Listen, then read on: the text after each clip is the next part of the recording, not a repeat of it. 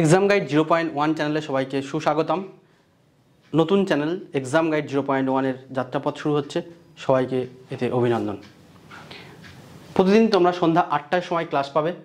Science পাবে রবিবার এবং বৃহস্পতিবার, ম্যাথ মঙ্গল এবং শুক্রবার, রিজনিং পাবে সোমবার এবং জিকে পাবে বুধবার এবং শনিবার।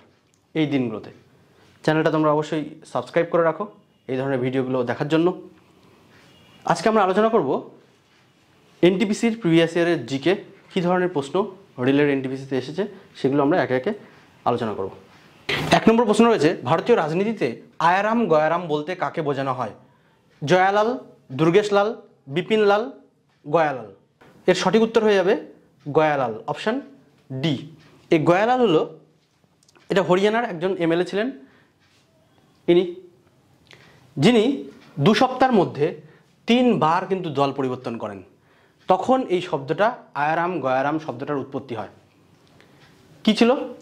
ভারতীয় জাতীয় কংগ্রেস থেকে প্রথমে নিজে উনি দলে যেতে স্বতন্ত্রভাবে জিতে উনি জাতীয় কংগ্রেসে যুক্ত হন। জাতীয় কংগ্রেস থেকে আবার যুক্ত ফ্রন্টে যান। যুক্ত ফ্রন্ট থেকে আবার উনি চেঞ্জ করে প্রথমে যে দলটা ছিলেন ভারতীয় জাতীয় কংগ্রেস বা আইএনসি, ইন্ডিয়ান ন্যাশনাল কংগ্রেস, এতে ফিরে আসেন। শেষমেশ উনি আবার লাস্টে সেই যুক্ত ফ্রন্টে ফিরে যান।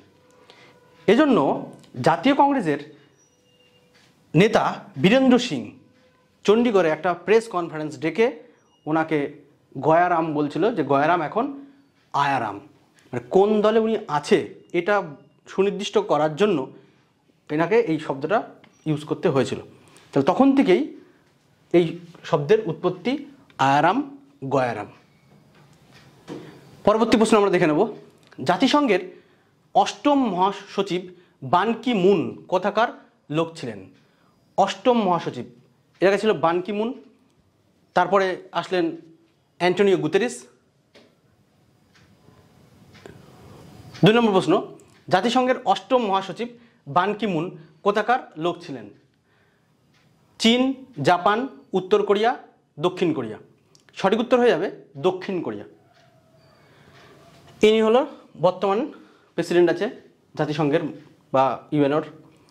বর্তমান মহাসচিব হলেন ফিলেমন ইউয়ানজি ইয়াং। ফিলেমন, মনটা ফিল করতে হবে, ফিলেমন ইয়াং। ইনি জুন মাস 2024 সাল থেকে আছে। এর আগে ছিল অ্যান্টোনিও গুতেরেস পর্তুগালের, আর ইনি 2024 জুন মাস থেকে নতুন হয়েছে ইনি ফিলেমন ইয়াং। এই জাতিসংঘ বা UNO, United Nation organisation, UNO বা জাতিসংঘ, যার হেডকোয়ার্টার কোথায় আছে?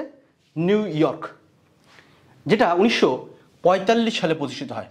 1945 24শে অক্টোবর এই দিন প্রতিষ্ঠিত হয় জাতিসংঘ বা ইউএনও। হলো। নেক্সট হলো পরবর্তী প্রশ্ন, হিন্দি সাহিত্যিক মুন্সী প্রেমচাঁদের প্রকৃত নাম কি ছিল? নবাব রায়, আত্মরাম, সচ্চিদানন্দ, ধনপত রায়। হিন্দি সাহিত্যিক, বিখ্যাত হিন্দি সাহিত্যিক, যার প্রকৃত, যাকে প্রেমচাঁদ বলে মানে নিকনেম ছিল প্রেমচাঁদ, তার প্রকৃত নাম ছিল ধনপত রায়। এই জন্য একটা বই বা বুক পাবলিশিং হাউস আছে ধনপত রায় অ্যান্ড কোম্পানি বলে, ঠিক আছে, এনার নামে। ইনি ছিলেন মুন্সী প্রেমচাঁদ, যার বিখ্যাত কিছু বই গোদান, কর্মবন্ধু, গাবন, মানসরোবর এবং ঈদগাহ। পরবর্তী প্রশ্ন দেখব, বিখ্যাত গায়ক এবং ভারতরত্ন পুরস্কার প্রাপক ভূপেন হাজারিকা কোন রাজ্যের লোক ছিলেন? আসাম, নাগাল্যান্ড, ওড়িশা, পশ্চিমবঙ্গ। এর সঠিক উত্তর হয়ে যাবে অপশান এ, আসাম। এজন্য ভূপেন হাজারিকাকে আসামের স্বরকণ্ঠী বা স্বরকোকিলা বলা হয়। আসামের ভূপেন হাজারিকাকে দেখব, এই যে ভূপেন হাজারিকা, যিনি বহু দেশাত্মবোধক গান তথা মানবপ্রেমী যেসব গান, তিনি এসব গান গেয়েছেন। এবং এনার বিখ্যাত একটি গান হলো মানুষ মানুষের জন্য। একটু গাইব নাকি? মানুষ মানুষের জন্য গাই একটু। মানুষ মানুষের জন্যে, জীবন জীবনের জন্যে, একটু সহানুভূতি কি মানুষ পেতে পারে না ও বন্ধু, মানুষ মানুষের জন্যে। এই ধরনের বহু গান উনি গেয়েছেন। দোলা এই ধরনের গান গেয়েছেন। গঙ্গা আমার মা, পদ্মা আমার মা, এই ধরনের আমি এক যাযাবর বিখ্যাত গান। তাহলে এই ধরনের বহু গান ওনার সুপরিচিত এবং পরবর্তীকালে ইনি এর জন্য ভারতরত্নও পেয়েছেন। ঠিক আছে, এনার নামে আসামে একটা কিন্তু ব্রিজ আছে যার নাম ধোলা সাদিয়া ব্রিজ। পরবর্তীকালে সেই নামটা রাখা হয়েছে ভূপেন হাজারিকা সেতু বা ভূপেন হাজারিকা ব্রিজ। ভূপেন হাজারিকা ছিলেন একজনকে কবি সাহিত্যিক এবং ভারতীয় প্লেব্যাক সিঙ্গার, গীতিকার, সুরকার। ঠিক আছে, অভিনেতা, শিল্পী, সম্পাদক, মানে কোন ট্যালেন্ট নেই এনার মধ্যে। ঠিক আছে, নেক্সট হলো গদাধর চট্টোপাধ্যায়ের নাম ছিল স্বামী প্রভুপাদ, স্বামী বিবেকানন্দ, রামকৃষ্ণ পরমহংস, শ্রী অরবিন্দ। স্বামী প্রভুপাদ নিশ্চয়ই আশা করি শ্রীশীল প্রভুপাদ মানে যেটা ইসকনের প্রতিষ্ঠাতা তাকে নির্দেশ করতে মানে অপশানটা দিয়েছে আর কি। স্বামী বিবেকানন্দ যার প্রকৃত নাম ছিল কি নরেন্দ্রনাথ দত্ত। সিতে আছে রামকৃষ্ণ পরমহংস যার ছোটবেলায় নাম ছিল কি গদাধর চট্টোপাধ্যায়। তাহলে সঠিক উত্তর হয়ে যাবে কিন্তু অপশান সি হবে সঠিক উত্তর। শ্রী অরবিন্দ, যিনি অরবিন্দ ঘোষকে বোঝাচ্ছে, যিনি প্রথম জীবনে স্বাধীনতা সংগ্রামী ছিলেন এবং শেষে উনি ঋষিতে কনভার্ট হন বা একদম মানে যোগীতে কনভার্ট হলো, যোগীতে পরিণত হয় উনি, যে ঋষি অরবিন্দ নামে পরিচিত হন। এর জন্য তিনি অরবিন্দ আশ্রম নামে একটা প্রতিষ্ঠা করে, সেটা হচ্ছে পণ্ডিচেরিতে। পরবর্তী প্রশ্ন আমরা দেখব। এবং এই রামকৃষ্ণের বিখ্যাত একজন শিষ্য ছিলেন কে? স্বামী বিবেকানন্দ। এবং রামকৃষ্ণের স্ত্রীর নাম ছিল সারদামণি। রামকৃষ্ণের বিখ্যাত কিছু উক্তিও আমরা জেনে নেব। আচ্ছা, রামকৃষ্ণের জন্ম কত সালে? 18 ফেব্রুয়ারি 1836 কামারপুকুর, যেটা বর্তমানে হুগলি জেলায় আছে। এবং মৃত্যু হয় 6 আগস্ট 1886, বয়স ছিল তখন 50 বছর। এবং রামকৃষ্ণের বিখ্যাত উক্তি যত মত তত পথ, টাকা মাটি, মাটি টাকা, এ ধরনের। বিবেকানন্দের উক্তি আমরা জানি, কি জানি? শিব জ্ঞানে জীব সেবা, শিব জ্ঞানে জীব সেবা বিবেকানন্দের উক্তি। বি অ্যান্ড মেক বিবেকানন্দের উক্তি এটা। এবং 1893 সালে স্বামী বিবেকানন্দ চিকাগো ধর্ম মহাসম্মেলনে গেছিলেন এবং সেখানকার প্রধান বক্তা কিন্তু উনি ছিলেন। এবং প্রথম দিনের লেকচারে উনি ফেমাস হয়ে গেছিলেন। ওনার নাম, প্রথম দিন উনি যে কথাটা বলেছিলেন যে sisters and brothers of my America. তাহলে প্রথম কিন্তু এটা, প্রথমে সিস্টারকে কিন্তু বোনদের কিন্তু উনি ফার্স্টে সম্বোধন করলেন, তারপরে ভাইদের। এই একটা সেন্টেন্সেই উনি কিন্তু মানে জনপ্রিয়তা অর্জন করেছিলেন। এবং 1897 সালে উনি আমাদের কলকাতায়, হাওড়ায় বলতে পারবো, বেলুড়ে উনি রামকৃষ্ণ মঠের প্রতিষ্ঠা করেন। পরবর্তী প্রশ্ন আমরা দেখব, ভারতের কোন রাষ্ট্রপতি মিসাইল ম্যান নামে পরিচিত? অপশান এতে আছে এপিজে আব্দুল কালাম, বি জ্ঞানী জৈল সিং, সি আছে রাজেন্দ্র প্রসাদ, ডি আছে জাকির হোসেন। সঠিক উত্তর হয়ে যাবে option A, doctor APJ Abdul Kalam. APJ Abdul Kalam, এনার বিখ্যাত বই, এনার আত্মজীবনীমূলক একটা বই আছে উইংস অফ ফায়ার। এছাড়া আরও কিছু বই আছে, ইগনাইটেড মাইন্ডস বা প্রজ্বলিত মন, টার্নিং পয়েন্ট, ইন্ডিয়া 2020, এই ধরনের বইগুলো তার বিখ্যাত বই। আচ্ছা, অপশান ডিতে আছে জাকির হোসেন। ইনি ভারতের প্রেসিডেন্ট ছিলেন। ইনি প্রেসিডেন্ট পদে থাকা অবস্থায় উনি মৃত্যুবরণ করেন আর কি, মানে প্রেসিডেন্ট থাকা অবস্থাতেই ওয়ার্কিং কন্ডিশনে উনি মারা যান। এছাড়া আরেকজন জাকির হোসেন আছেন যিনি তবলাবাদক। ঠিক আছে, উনি পণ্ডিত জাকির হোসেন, আরেকজন ডক্টর জাকির হোসেন। আচ্ছা, অপশান সিতে আছে ডক্টর রাজেন্দ্র প্রসাদ। ইনি ভারতের প্রথম রাষ্ট্রপতি ছিলেন এবং দীর্ঘতম সময়ের রাষ্ট্রপতি ছিলেন রাজেন্দ্র প্রসাদ। এবং এনার সমাধিস্থলের নাম কি? মহাপ্রয়াণ ঘাট। পরবর্তী প্রশ্ন চলো, কে ভারতের লৌহ মানব নামে পরিচিত ছিলেন? সুভাষচন্দ্র বসু, জওহরলাল নেহরু, সর্দার বল্লভভাই প্যাটেল, নরেন্দ্র মোদী। সুভাষচন্দ্র বসু ফরওয়ার্ড ব্লক প্রতিষ্ঠা করে 1839 সালে। জওহরলাল নেহরু আমরা জানি কি, জওহরলাল নেহরু ভারতের প্রথম প্রেসিডেন্ট ছিলেন এবং দীর্ঘতম। প্রথম যারা ছিলেন সবাই মোটামুটি দীর্ঘতমই হবে। তাহলে জওহরলাল নেহরু ভারতের প্রথম প্রধানমন্ত্রী, প্রেসিডেন্ট না, প্রধানমন্ত্রী ছিলেন এবং দীর্ঘতম প্রধানমন্ত্রী। আচ্ছা, সর্দার বল্লভভাইকে কী বলা হয়? এটা হচ্ছে সঠিক উত্তর হয়ে যাবে অপশান সি, ভারতের লৌহ মানব, আয়রন ম্যান অফ ইন্ডিয়া। এবং ভারতের বিসমার্ক বলা হয় কাকে? সর্দার বল্লভভাই প্যাটেলকে, সর্দার বল্লভভাই প্যাটেলের ইনি। এবং যেটা আছে নরেন্দ্র মোদী। নরেন্দ্র মোদী কী করেছেন? ভারতের একটা জিনিসের জনক, কিসের? প্রোটিন বিপ্লব বা প্রোটিন রিভলিউশনের জনককে নরেন্দ্র মোদী এবং অরুণ জেটলি, এই দুজন। এবং এনার বিখ্যাত একটা বই আছে এক্সাম ওয়ারিয়র, যেটা আগের পরীক্ষায় প্রচুর শিফটে এসেছে, এক্সাম ওয়ারিয়র, নরেন্দ্র মোদীর লেখা। আর বিখ্যাত একটা উক্তি আছে কি? জয় জওয়ান, জয় কিষাণ, জয় বিজ্ঞান, জয় অভিযান। কার লেখা বা কার বলা? নরেন্দ্র মোদী। প্রত্যেকটা ইম্পর্টেন্ট এখানে আছে পয়েন্ট, যে জয় জওয়ান, জয় কিষাণ, এটা কার বলা? লাল বাহাদুর শাস্ত্রী। জয় জওয়ান, জয় কিষাণ, জয় বিজ্ঞান, কার বলা? তাহলে এক্সট্রা হলো জয় বিজ্ঞান, জয় জওয়ান জয় কিষাণ ছিল, তার সঙ্গে এক্সট্রা অ্যাড করলো জয় জওয়ান জয় কিষাণ জয় বিজ্ঞানটা, কে? অটল বিহারী বাজপেয়ী। ইনি অ্যাড করলেন কি? জয় জওয়ান জয় কিষাণ জয় বিজ্ঞান, সাথে অ্যাড করা হলো জয় অভিযান। একদম সমুদ্রের তলা থেকে চাঁদের দক্ষিণ মেরু, একদম নরেন্দ্র মোদীর এই প্রকল্প চালাচ্ছেন। তাহলে ওইটা হচ্ছে নরেন্দ্র মোদীর বিখ্যাত উক্তি। পরবর্তী প্রশ্ন দেখব, ভারতীয় চলচ্চিত্রের জনক হিসেবে পরিচিত কে? দিলীপ কুমার, দাদা সাহেব ফালকে, মণি শেটনা, রাজ কাপুর। প্রথমে দেখো অপশান আছে দিলীপ কুমার, যাকে বলা হয় ভারতের ট্র্যাজেডি কিং। ইউসুফ খান ওনার আসল নাম আর কি, ইউসুফ খান। আচ্ছা, সঠিক উত্তর হয়ে যাবে কি? ভারতীয় চলচ্চিত্রের জনক দাদা সাহেব ফালকে। এই দাদা সাহেব ফালকে ভারতের প্রথম মুভি পরিচালিত করেছিলেন, যে পরিচালনার সালটা ছিল 1913। ভারতের প্রথম সাইলেন্ট মুভি, এটা সাইলেন্ট মুভি, নির্বাক চলচ্চিত্র, যেটা শুধুমাত্র ছবি হবে, কোনো কথা হবে না, সেটাই। এই 13কে যদি তুমি উল্টে দাও 1931, এইটাতে আবার কথা হবে, সাথে ছবিও হবে, দুটোই হবে, ঠিক আছে? তাহলে এইটার সিনেমাটার নাম কি? আলম আরা। আলম আরা। আলম আরা শব্দের অর্থ কি? জগতের আলো। এবং এই আলম আরা চলচ্চিত্রটার পরিচালক ছিলেন আদ্রেসির ইরানি। হলো? তাহলে দাদা সাহেব ফালকে, এবং দাদা সাহেব ফালকে ইনার নামে একটা কিন্তু অ্যাওয়ার্ড দেওয়া হয়। সেই অ্যাওয়ার্ডটা চালু হয়েছিল 1969 সালে। এই সালে ইসরো প্রতিষ্ঠা হয় যদিও।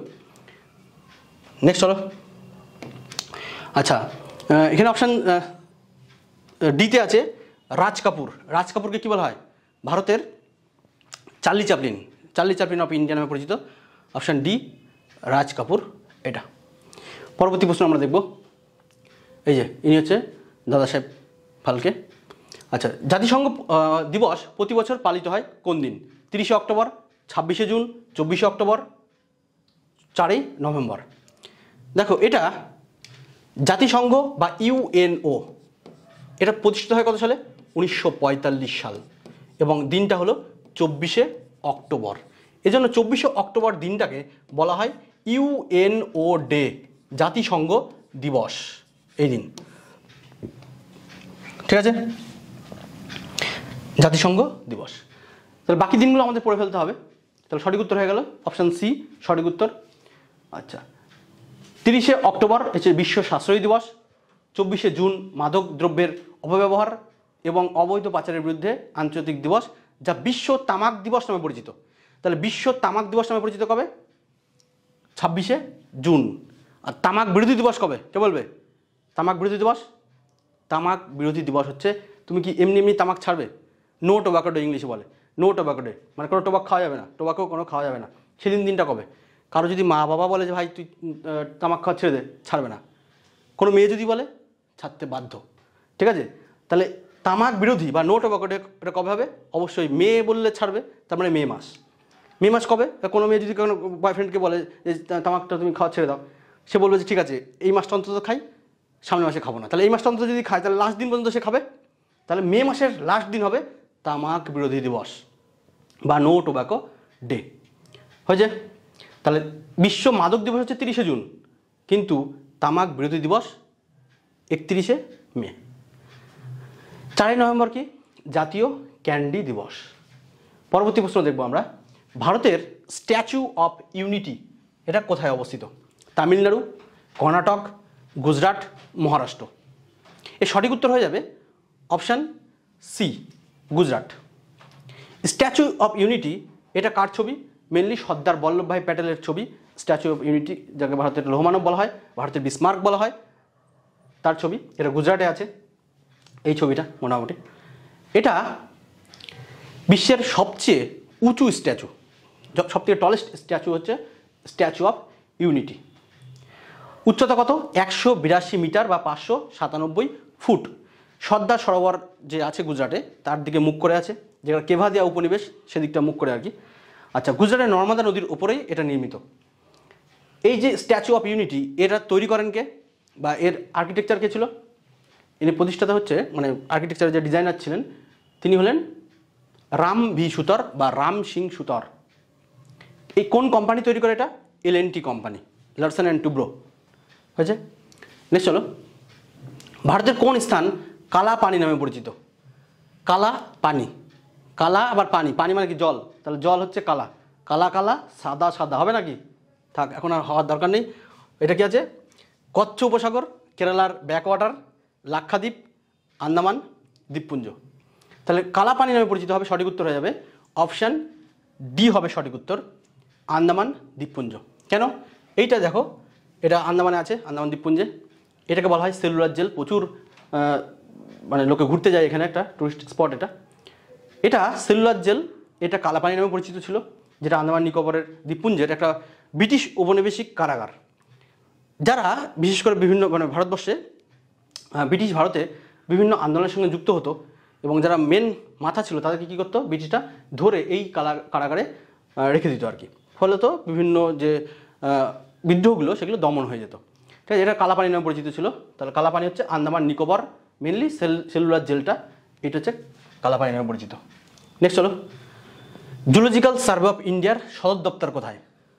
কলকাতা, মুম্বাই, নয়াদিল্লি আর মহীশূর। এর সঠিক উত্তর হয়ে যাবে অপশান এ হচ্ছে কলকাতা। আচ্ছা, প্রতিষ্ঠিত হয় কবে? 1 জুলাই 1916 সাল। আচ্ছা, সদর দপ্তর কোথায়? কলকাতা, বললাম যে সদর দপ্তর কলকাতা হবে। এটা হচ্ছে জুলজিক্যাল সার্ভে অফ ইন্ডিয়া। এখানে আমরা আচ্ছা, বর্তমান এর ডিরেক্টর আছে ধৃতি ব্যানার্জি, এই সার্ভে অফ ইন্ডিয়ার, জুলজিক্যাল সার্ভে অফ ইন্ডিয়ার বর্তমান ডিরেক্টর। এইটা হচ্ছে সার্ভে অফ ইন্ডিয়ার লোগো। এবং সার্ভে অফ ইন্ডিয়ার লোগো কি? একটা বাফেলোর ছবি, যেটা জুলজিক্যাল সার্ভে অফ ইন্ডিয়া লেখা আছে, তার নিচে 1916। কেন? 1916 সালেই তো প্রতিষ্ঠিত। এবং এর লোগোটা কি? লোগোতে জুলজিক্যাল সার্ভে অফ ইন্ডিয়া দেওয়া আছে এবং সালটা 1916। যদি প্রতিষ্ঠিত হয় ওই সালে, তার জন্য ওই সালটা লেখা আছে। আচ্ছা, আরও কিছু এই ধরনের যেগুলো পরীক্ষায় গুলিয়ে যায় একটু বলে রাখি। এটা পেলাম কি? Zoological Survey of India. Zoological Survey of India কোথায় আছে? এটা আছে কলকাতাতে, যার হেডকোয়ার্টার কলকাতা। এক্সট্রা আছে একটা কি? Geological Survey of India, geological, ZSI, GSI, এটা হচ্ছে কলকাতা। আরটা আছে BSI, Botanical Survey of India, Botanical Survey of India, এটাতেও আছে কলকাতায়। তাহলে তিনটে আমরা পেলাম কলকাতায় অবস্থিত, Zoological Survey of India, Geological Survey of India আর বোটানিক্যাল সার্ভে অফ ইন্ডিয়া। আরেকটা সার্ভে অফ ইন্ডিয়া আছে যেটা হচ্ছে বলা হয় Archaeological Survey of India, Archaeological Survey of India, যেটা আছে দিল্লিতে। শুধু সার্ভে অফ ইন্ডিয়া কোথায় আছে? শুধু সার্ভে অফ ইন্ডিয়া, এসআই, শুধু সার্ভে অফ ইন্ডিয়া আছে কোথায়?